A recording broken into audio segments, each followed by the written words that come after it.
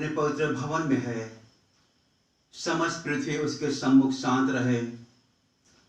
परमेश्वर आत्मा है और यह आवश्यक है कि उसके आराधक आत्मा और सच्चाई से उसकी आराधना करें।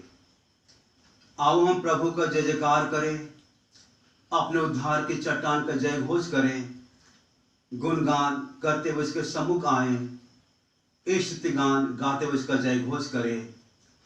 ओ मेरे प्राण प्रभु को धन्य कर, मेरे अंतर का सर्वस्व उसके पवित्र नाम को धन्य कहे। ओ मेरे प्राण प्रभु को धन्य कर और उसके उपकारों को ना भूल। जब तक प्रभु मिल सकता है उसको ढूंढ लो, जब तक वह समीप है उसको पुकार लो। दुर्जन मनुष्य अपने मार्ग को छोड़ दे, अधार्मिक व्यक्ति अपने बुरे विचारों को वह प्रभु को लौटे। जिससे प्रभु उस पर दया करे वह प्रभु के पास आए, क्योंकि प्रभु उससे पूर्णतः क्षमा करेगा। आमीन। परमेश्वर की महिमा हो। जो गीत गाया जाएगा, गीत का बोल है गीत संख्या 424। आशीष तुझसे चाहते हैं, हे स्वर्गीय पिता हम आते हैं। आशीष तुझसे चाहते हैं, हे स्वर्गीय पिता हम आते हैं। आशीष तुझसे चाहते हैं, हे स्वर्गीय पिता हम आते हैं। कोई खूबी है न लिया कर, बख्शो हमको अपनी ताकत। कोई खूबी है न लिया कर, बख्शो हमको अपनी ताकत। खाली दिलों को लाते हैं, खाली दिलों को लाते हैं, हे स्वर्गीय पिता हम आते हैं। आशीष तुझसे चाहते हैं, हे स्वर्गीय पिता हम आते हैं। हमने बहुत खताएं की है, रहे निकम में जफाएं की है। हमने बहुत खताएं की है, रहे निकम में जफाएं की है। शर्म से सिर झुक जाते हैं, शर्म से सिर झुक जाते हैं, हे स्वर्गीय पिता हम आते हैं। आशीष तुझसे चाहते हैं, हे स्वर्गीय पिता हम आते हैं। तुम हो शक्तिमान प्रभु जी, कुदरत तुम्हारी शान प्रभु जी। तुम हो शक्तिमान प्रभु जी, कुदरत तुम्हारी शान प्रभु जी। हम दोसना हम गाते हैं, हम दोसना हम गाते हैं, हे स्वर्गीय पिता हम आते हैं। आशीष तुझसे चाहते हैं, हे स्वर्गीय पिता हम आते हैं। बंदे को तो कभी न भूले, दो सहे दुनिया में तूने, बंदे को तो कभी न भूले, दुख सहे दुनिया में तूने। उसी प्यार को चाहते हैं, उसी प्यार को चाहते हैं। हे स्वर्गीय पिता हम आते हैं, आशीष तुझसे चाहते हैं। हे स्वर्गीय पिता हम आते हैं। प्रभु यीशु मसीह की महिमा हो, आमीन। पाप अंगीकार की प्रार्थना में हम शरीक होंगे। पेज नंबर 238, क्रमांक संख्या 5। परमेश्वर ने संसार से ऐसा प्रेम किया कि उसने अपना इकलौता पुत्र प्रभु यीशु ख्रीस्त दे दिया कि हमें पापों से बचाए, स्वर्ग में हमारी निवेदन करता हो और हमें शाश्वत जीवन में पहुंचाए। इसलिए हम पश्चाताप और विश्वास के साथ अपने पापों का अंगीकार करें। हम परमेश्वर की आज्ञाओं का पालन करने का और सब मनुष्यों के साथ मेल मिलाप और प्रेम से रहने का दृढ़ निश्चय करें। क्रम संख्या 6 की प्रार्थना में एक साथ कहें।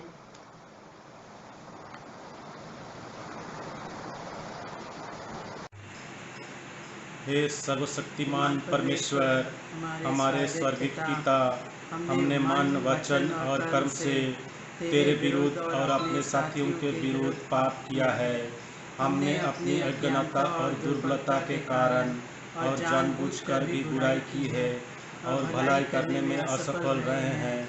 इन सब पापों के लिए हम सचमुच खेदित हैं और अंतःकरण से पश्चाताप करते हैं। तेरे पुत्र यीशु ख्रीस्त ने हमारे लिए अपने प्राण दिए, उसी के कारण हमने जो पाप किए हैं उनको क्षमा कर और यह वर दे कि भविष्य में हम नया जीवन पाकर सदा तेरी सेवा करें, ताकि तेरे पवित्र नाम की महिमा हो, आमीन। सर्वशक्तिमान परमेश्वर उन सबको क्षमा करता है जो अपने साथियों को क्षमा करते और सच्चा पश्चाताप करते हैं। वो हम पर दया करे, हमारे सब पापों को क्षमा करे और उनसे हमको छुटकारा दे, सब भले कामों में स्थिर और सबल करे और शाश्वत जीवन में बनाए रखे, आमीन। आमीन। परमेश्वर को धन्यवाद हो।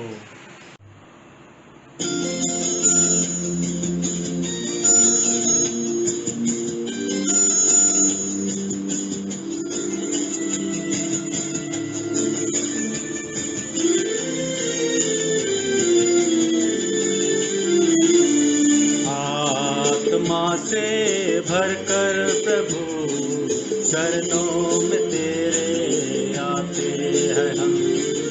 आत्मा से भरकर प्रभु चरणों में तेरे आते हैं हम। खाली दिलों का ताव पाए अपना तुझको भेंट चढ़ाते हैं हम। खाली दिलों का ताव पाए अपना तुझको भेंट चढ़ाते हैं हम। आत्मा से भरकर प्रभु चरणों में तेरे आते हैं हम।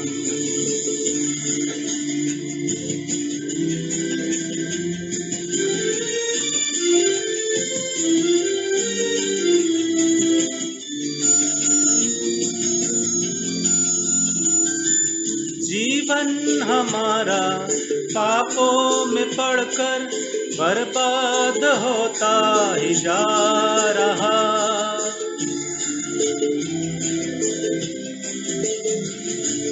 जीवन हमारा पापों में पड़कर बर्बाद होता ही जा रहा।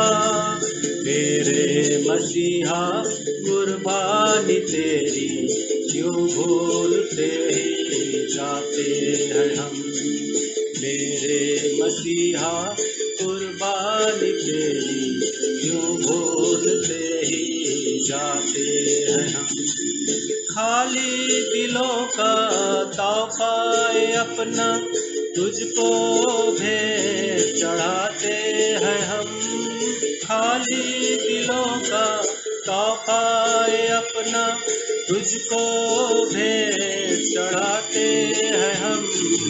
आत्मा से भरकर प्रभु चरणों में तेरे आते हैं हम।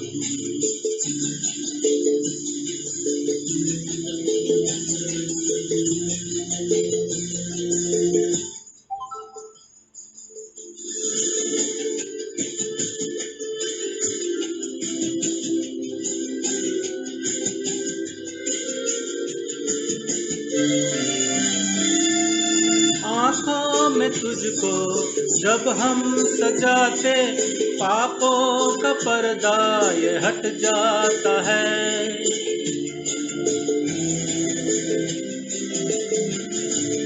आँखों में तुझको जब हम सजाते, पापों का पर्दा ये हट जाता है।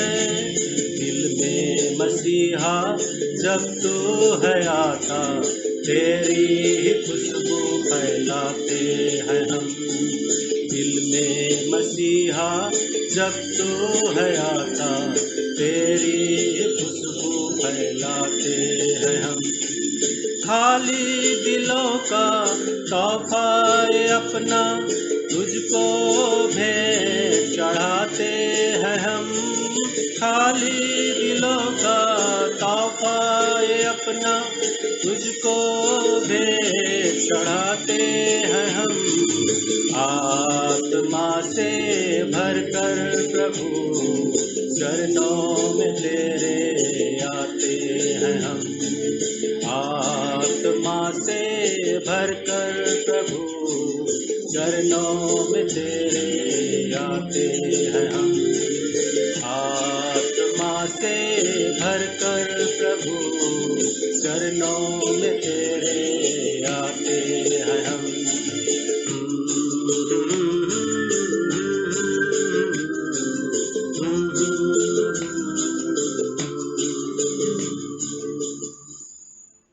Thank you.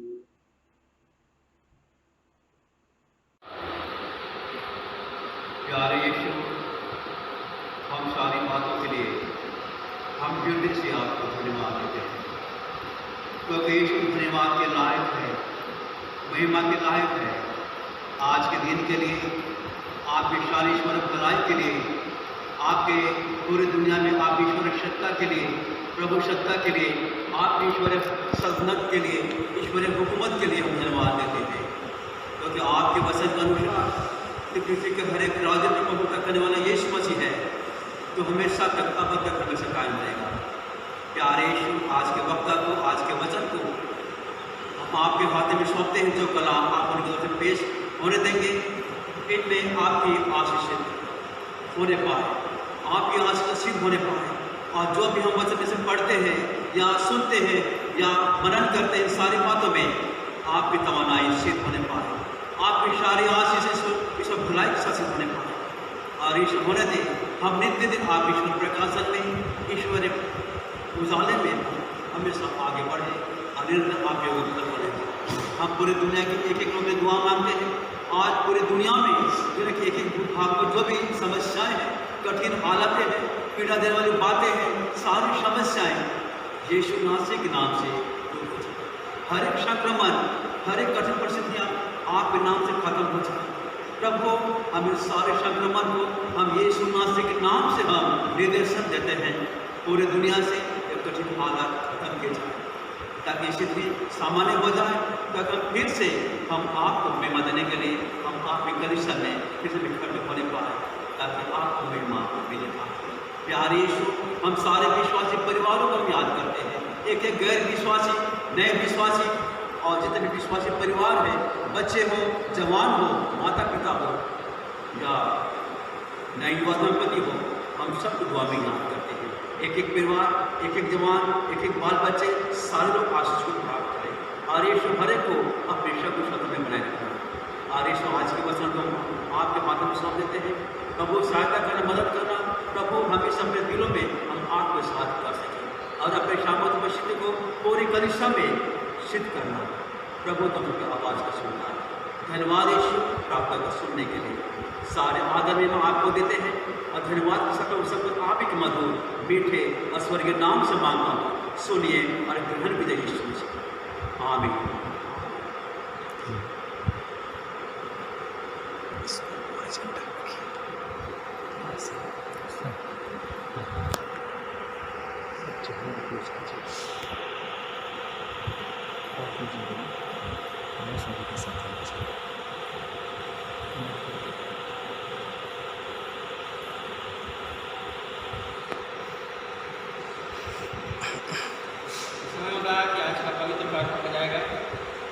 हमारे साथ निकालेंगे पत्रियों के पाठ से पहला कुरिन्थियों उसका चौथा अध्याय। पहला कुरिन्थियों उसका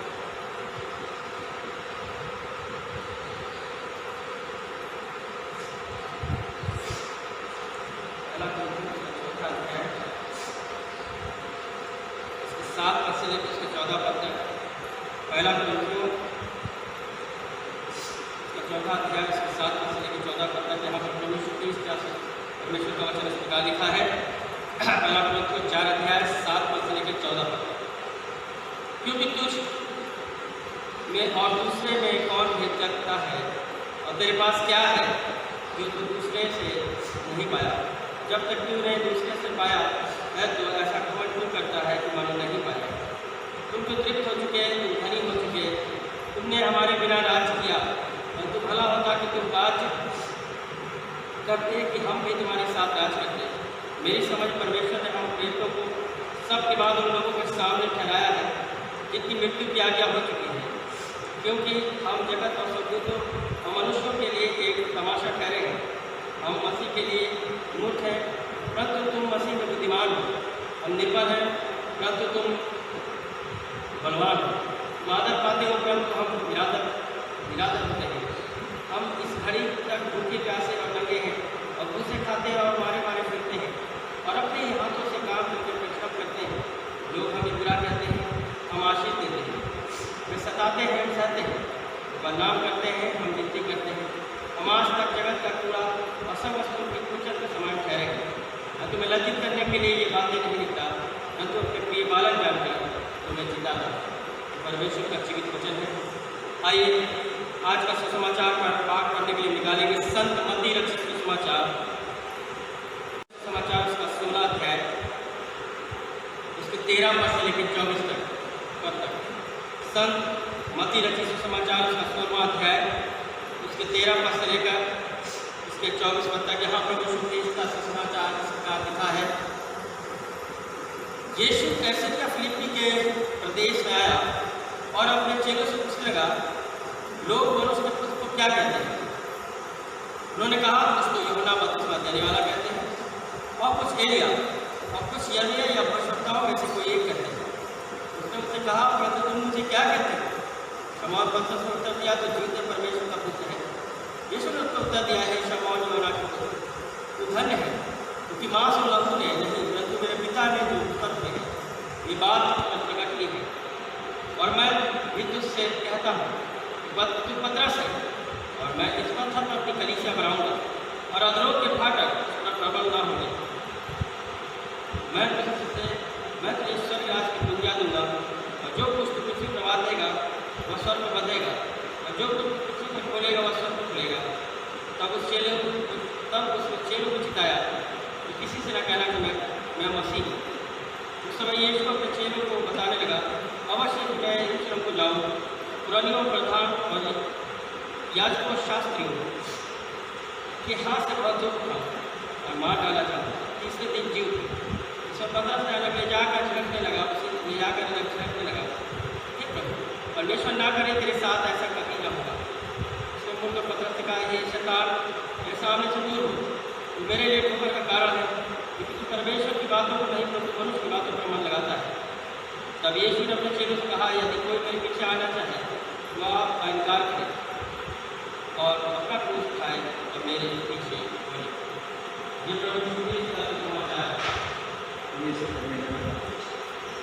प्रियो, आज का जो पाठ आपके बीच पढ़ा गया, पहला कुरिन्थियों उसका 4 अध्याय 7 पद से लेकर 14 अध्याय 7 पद से लेकर 14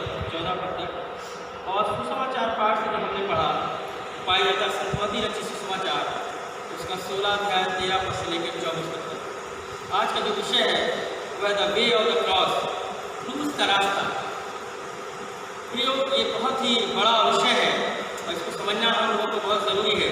क्योंकि समय अब नज़दीक है कि हम इस मार्ग के बारे में जान जाएं, क्योंकि क्रूस का मार्ग जो है वो हम सबों के लिए है। जो व्यक्ति, जो भी विश्वासी, जो भी प्रभु का जन है, यदि वो क्रूस के मार्ग में होकर नहीं चलेगा या चल रहा है तो वो प्रभु का जन नहीं है। ये बहुत बड़ी चीज़ है, क्योंकि क्रूस का मार्ग ये उस चीज़ों का चिन्ह है कि हम मसीह के विश्वासी हैं, हम मसीह में विश्वास करने वाले लोग हैं। क्योंकि यदि हम क्रूस के रास्ते पर नहीं चल रहे हैं तो इसका मतलब है कि हम मसीह के संग साथी नहीं हैं, हमने प्रभु को नहीं जाना। क्योंकि क्रूस का जो रास्ता है वह ऐसा रास्ता है जिसमें कठिनाई है, समस्या है, परेशानी है, दुख है, सताव है, बीमारी है, तकलीफ़ें हैं, बहुत सारी चीज़ें इस क्रूस के मार्ग में आपको मिलेगी। लेकिन इस क्रूस के मार्ग पर चलने के लिए हमें बिना पवित्र आत्मा के हम क्रूस के मार्ग पर नहीं चल सकते। क्योंकि यीशु मसीह जब इस संसार से स्वर्गारोहण होने लगा, उन्होंने अपने चेलों से कहा, तुम चिंता मत करो, मैं तुम्हें अनाथ नहीं छोड़ूंगा, मैं तुम्हें पवित्र आत्मा दिए जाता हूँ जो तुम्हें आने वाले समय में, आने वाले परेशानियों में, दुख में, समस्याओं में और इस क्रूस के मार्ग में तुम्हें चलने में मददगार हो। यहाँ पर जो है यीशु जो है कैसरिया फिलिप्पी के देश में पहुँचकर यहाँ पर अपने चेलों से कहता है कि क्या लोग मुझे क्या कहते हैं कि मैं कौन हूँ। इधर यदि आप पहला कुरिन्थियों 4:7-14 पढ़ेंगे तो वहाँ पर संत पौलुस भी जो है क्रूस पर के मार्ग पर चलने वालों के लिए बताता है कि उनके जीवन में क्या क्या चीज़ें हैं। जो क्रूस के मार्ग पर चलता है उसके जीवन में क्या क्या चीज़ें आती हैं, ऐसा यहाँ पर जो है संत पौलुस जी बयान कर रहा है अपने इस पुस्तक में, अपने इस पहले कुरिन्थियों की पत्री में। यहाँ पर जो है पौलुस जो है बता रहे हैं कि एक क्रूस के मार्ग पर चलने वाले के व्यक्ति का जीवन कैसा होगा, कैसे वो क्रूस के मार्ग में चलेगा, कैसे नहीं चलेगा।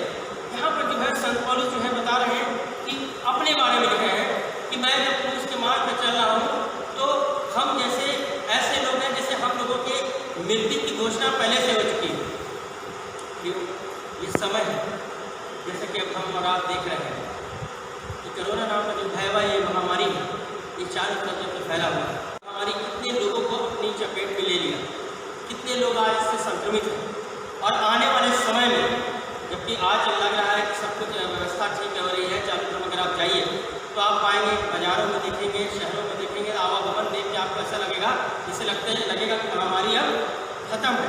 लेकिन जब आप पेपर और न्यूज़ पढ़ेंगे तो आपको ऐसा लगेगा कि हम घर से बाहर निकले कि ना निकले।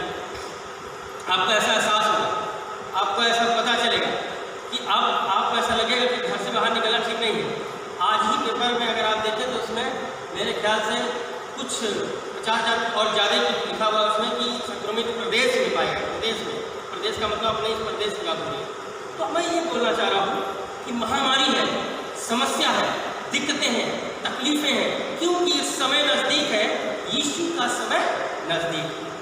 अगर आप इन बातों पर ध्यान देंगे तो आप पाएंगे मसीह यीशु का आगमन नज़दीक है। वो सारी बातें हो रही हैं जो मसीह ने अपने इस पुस्तक में, अपने इस पवित्र वचन में कहा है कि जब मेरा आना होगा तो ये सिम्टम्स होंगे, ये चिन्ह होंगे जिससे तुम समझने लगोगे कि मेरा आना नज़दीक है। और यहाँ पर जो है क्रूस का मार्ग की जो बात कही गई है, एक समय आएगा प्रभु जाति जाति पर चढ़ाई करेगा। यदि हम वाकई में विश्वासी हैं, यदि हम वाकई में प्रभु पर भरोसा करने वाले हैं या उसके सुसमाचार प्रचार फैलाने वाले हैं तो हम पर सताव देना है। यदि सताव से हम होकर नहीं मिले इसका मतलब है कि हम मसीह के नज़दीकी में नहीं। सताव हर प्रकार का है, चाहे वो बीमारी का सताव हो, चाहे लोगों का सताव हो, चाहे अपने जाति भाई का सताव हो, चाहे किसी भी प्रकार का सताव हो, उसमें से हमें निकलना पड़ेगा। संत पौलुस ने अपनी पत्री में साफ लिखा है कि जब मैं मसीह की नज़दीकी में आया, मसीह ने मुझे कुछ सेवाओं को सौंपा, प्रभु की तरफ से जब उसको सेवाएँ मिली। यहाँ पर जो है संत पौलुस ये कह रहा है कि हम लोग जो है चुन लिए गए हैं, मतलब हम जो है क्रूस के मार्ग पर चल रहे हैं और क्रूस के मार्ग पर चलने का जो खामियाजा है, जो रिजल्ट है वो अलग।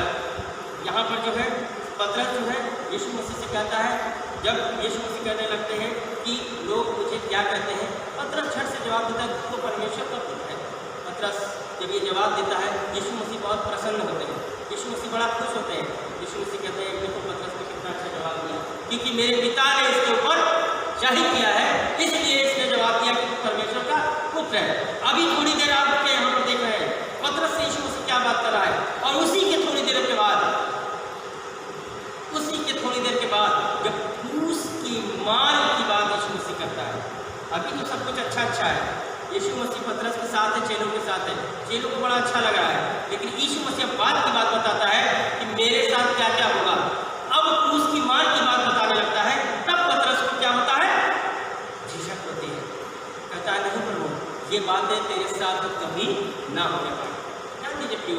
क्रूस का मार की जो बातें हैं वो हम जल्दी डाइजेस्ट नहीं कर पाएंगे, क्योंकि हम मसीह से वो बातें चाहते हैं जो सब कुछ हमारे लिए अच्छी हो, हमारा शरीर स्वस्थ हो, हमारा सब कुछ बढ़िया हो, हमारा परिवार अच्छा हो। अगर जरा सी इसमें कुछ प्रॉब्लम है तो फिर मार्ग में अवरोधक है। यहाँ पर प्रभु यीशु मसीह आप चेलों से कह रहे हैं, पहले चेलों से उन्होंने पूछा, साहब कैसे दिया फिलिप्पी के देश में पहुँच कर पूछने लगा, लोग मेरे बारे में क्या कहते हैं, तुम मेरे बारे में क्या कहते हो। यहाँ पर यीशु मसीह एक क्वेश्चन उन लोगों के ऊपर रखता है, चेलों पर।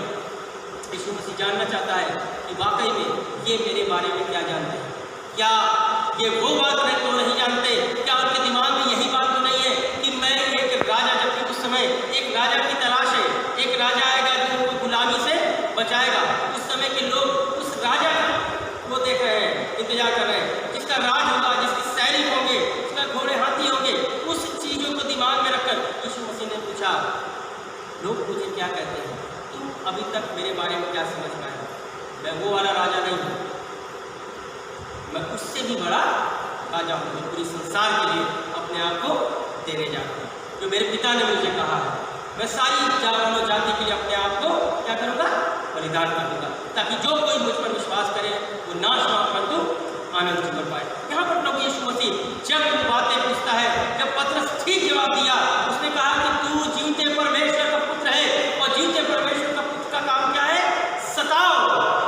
वो जो सताव उसके लिए रखा गया है, वो कोड़े खाएगा, वो मार खाएगा, वो सलीब पर लटकाया जाएगा, और तीसरे दिन जीवित। ये सारी बातें इस क्रूस के मार्ग में रखी हुई है। इस मार्ग की बात अभी यीशु मसीह करना मांगा है। एक पतरस कहता है, प्रभु कभी न होने पाए। लेकिन यहाँ पर प्रभु यीशु मसीह एक बहुत ही जटिल शब्द का प्रयोग करता है पतरस के लिए। आप पढ़िए, मेरे साथ निकालिए संत मत्ती रचित सुसमाचार उसका 16 अध्याय, और आप यहाँ पर देखिए, उस समय यीशु ने अपने चेलों को बताने लगा, अवश्य है कि मैं यरूशलेम को जाऊँ, पुरनियों और प्रधानों और याजकों और शास्त्रियों के हाथ में बहुत दुख उठाऊँ और मार डाला जाऊँ, और तीसरे दिन जी उठूँ। ये है परमेश्वर के पुत्र के कार्य, ये है उस यीशु के कार्य जिसको पिता ने अपने पुत्र को संसार में इसीलिए भेजा, ताकि क्या हो, वो हमारे और आपके पापों के लिए बलिदान हो। ये बात जब प्रभु यीशु मसीह ने चेलों के सामने स्पष्ट रूप से बताई, इस पर पतरस ने उसे अलग ले जाकर झिड़कने लगा, हे प्रभु, परमेश्वर न करे तेरे साथ ऐसा कभी होगा। उसने मुड़कर पतरस से कहा, शैतान, मेरे सामने से दूर हो, तू मेरे लिए ठोकर का कारण है, क्योंकि तू परमेश्वर की बातों पर नहीं परंतु मनुष्य की बातों पर अमल लगाता है। ध्यान दीजिए, यहाँ पर एक बात है, क्रूस के मार्ग को नहीं हम सुनना चाहते। क्रूस का जो मार्ग है, जो वास्तव में जिसमें हमें चलना है, वो जब हमारे सामने आने लगता है, जैसे आज का जो विषय था, आज 13 तारीख है, आज का जो विषय था वो था विश्वास, निसंदेह, मतलब संदेह रहित विश्वास। आज का जो विषय था, यहाँ पर जो है, यदि हमारा विश्वास मसीह पर है तो हमारा पूर्ण विश्वास होना चाहिए।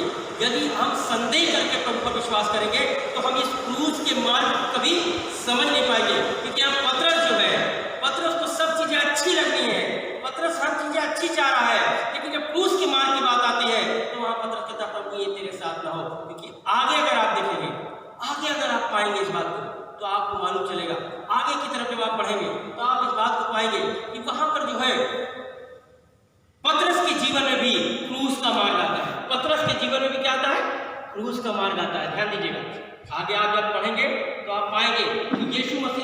जीवन के बारे में बता दिया। पतरस तो बड़ा वो हुआ, लेकिन यहाँ पर हम देखते हैं यीशु मसीह ने कहा, हे पतरस ऐसा नहीं है, ये क्रूस का मार्ग ऐसा ही है। यहाँ पर संत पौलुस ने भी क्रूस के मार्ग के बारे में बताया है। प्रियो, आज मैं आप सबों को ये बताना चाहता हूँ, आने वाला समय हम सबों के लिए बहुत कठिन समय होगा। सब कुछ अच्छा ही अच्छा नहीं होगा।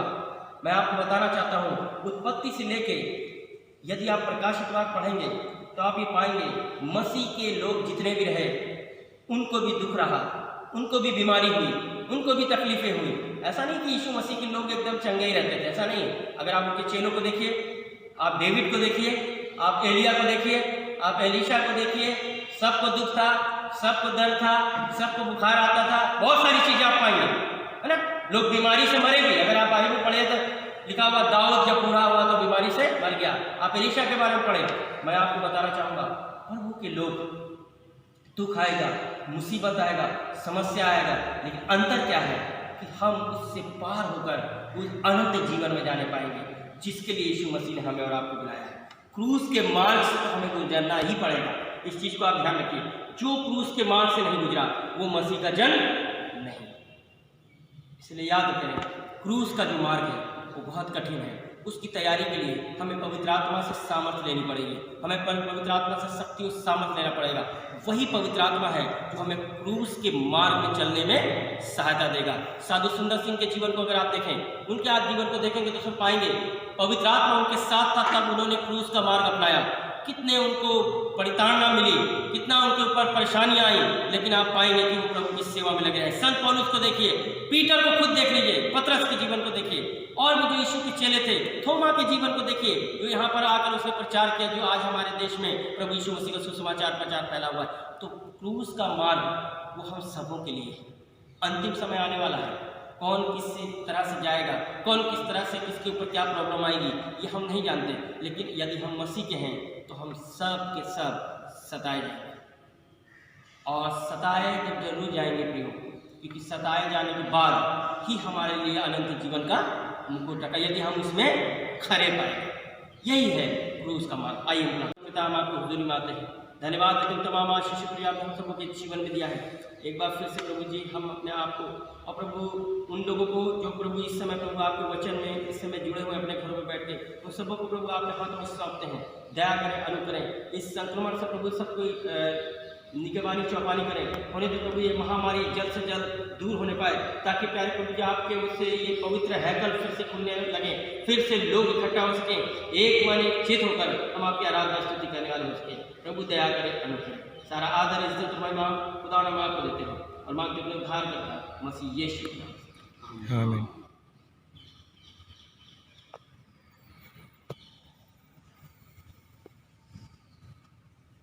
अब हमारे प्रभु यीशु मसीह का परमेश्वर का प्रेम और प्रार्थना सहायता अब से लेके अब तक जब तक मसीह दोबारा नहीं आते, हर एक मसीह विश्वास के साथ से लेकर सदा तक बना है। आमीन।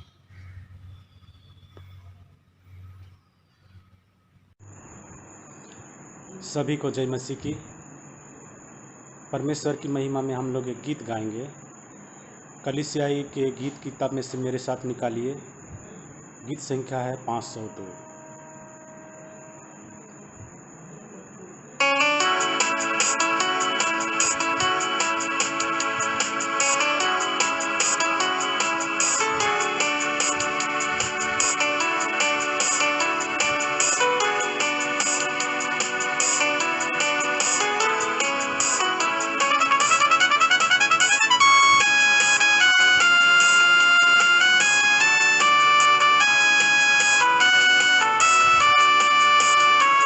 सारी सृष्टि के मालिक तुम ही हो, सारी सृष्टि के रक्षक तुम ही हो। करते हैं तुझको सादर प्रणाम, गाते हैं तेरे ही गुणगान। सारी सृष्टि के मालिक तुम ही हो, सारी सृष्टि के रक्षक तुम ही हो। करते हैं तुझको सादर प्रणाम, गाते हैं तेरे ही गुणगान। हा हा हा हालेलुया, हा हा हालेलुया,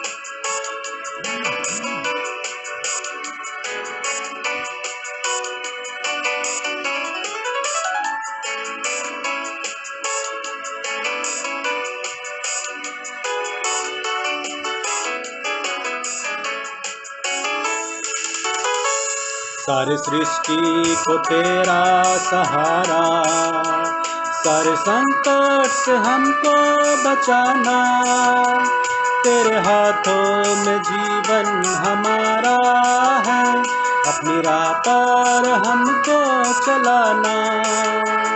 सारी सृष्टि को तेरा सहारा, सारे संकट से हमको बचाना, तेरे हाथों में जीवन हमारा है, अपनी राह पर हमको चलाना। हालेलुया, हालेलुया,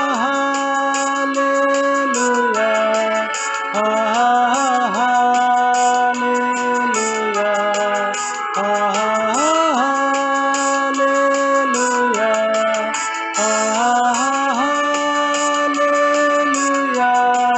हालेलुया,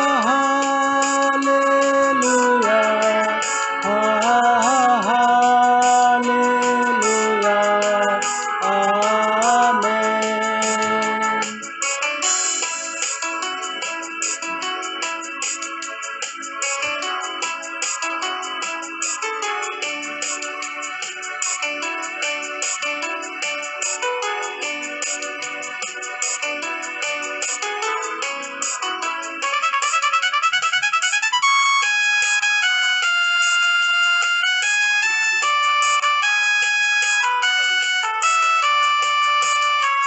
हम तेरे हाथों की रचना, हम पर है तेरी करुणा, तन मन धन हमारा तेरा है, इन शैतान को छूने न देना।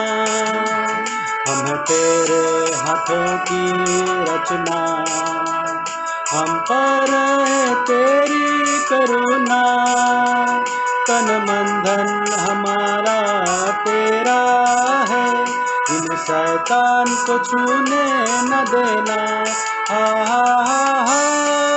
Hallelujah, hallelujah, hallelujah, hallelujah,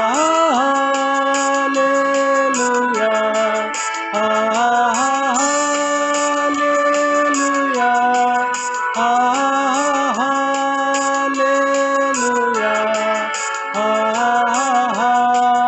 hallelujah, amen.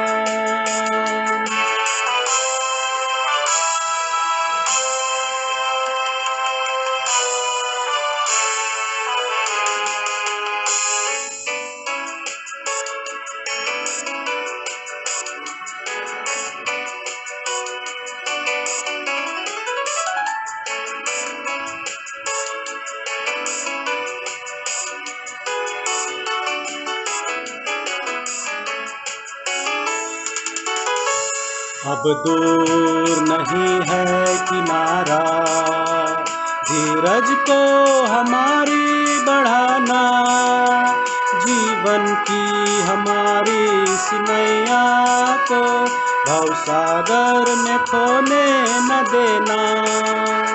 अब दूर नहीं है किनारा, धीरज को हमारी बढ़ाना, जीवन की हमारी सिनैया को भवसागर में खोने न देना। Hallelujah, hallelujah, hallelujah, hallelujah, hallelujah,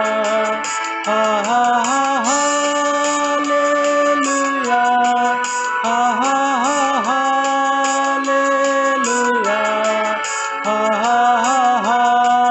hallelujah, आमेन।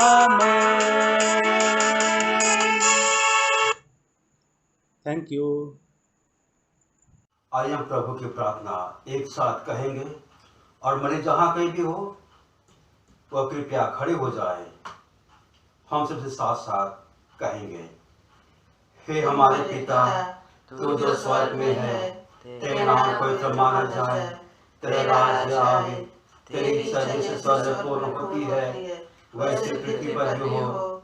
हमारे दिन भर की रोटी आज हमें दे, हमारे अपराधों को क्षमा कर जैसे हमने अपने अपराधों को क्षमा किया है। हमें परीक्षा में ना डाल, परंतु बुराई से बचा, क्योंकि राज्य, पराक्रम और महिमा अब सदा तेरी है। आमीन। अब हमारे प्रभु यीशु ख्रिस्त का अनुग्रह, परमेश्वर का प्रेम और पवित्र आत्मा की सहभागिता हम सब के साथ रहे। आमीन। परमेश्वर की शांति जो सारी समझ से परे है, परमेश्वर के और उसके पुत्र हमारे प्रभु यीशु ख्रिस्त के ज्ञान और प्रेम में आप सबके हृदय और विचारों को सुरक्षित रखें। और सर्वशक्तिमान परमेश्वर पिता, पुत्र और पवित्र आत्मा की आशीष आप सब पर हो और हमेशा हमेशा के लिए रहे। आमीन। शांति से पूर्ण होकर के जाइए, प्रभु से प्रेम कीजिए और उसकी सेवा कीजिए ख्रिस्त के नाम में। आमीन। अब हमारे प्रभु यीशु मसीह का अनुग्रह, परमेश्वर पिता का प्रेम, पवित्र आत्मा की सहभागिता अब से लेके अब तक, जब तक मसीह दोबारा नहीं आते, हर एक मसीह विश्वासियों के साथ अब से लेके सदा तक बना रहे। आमीन।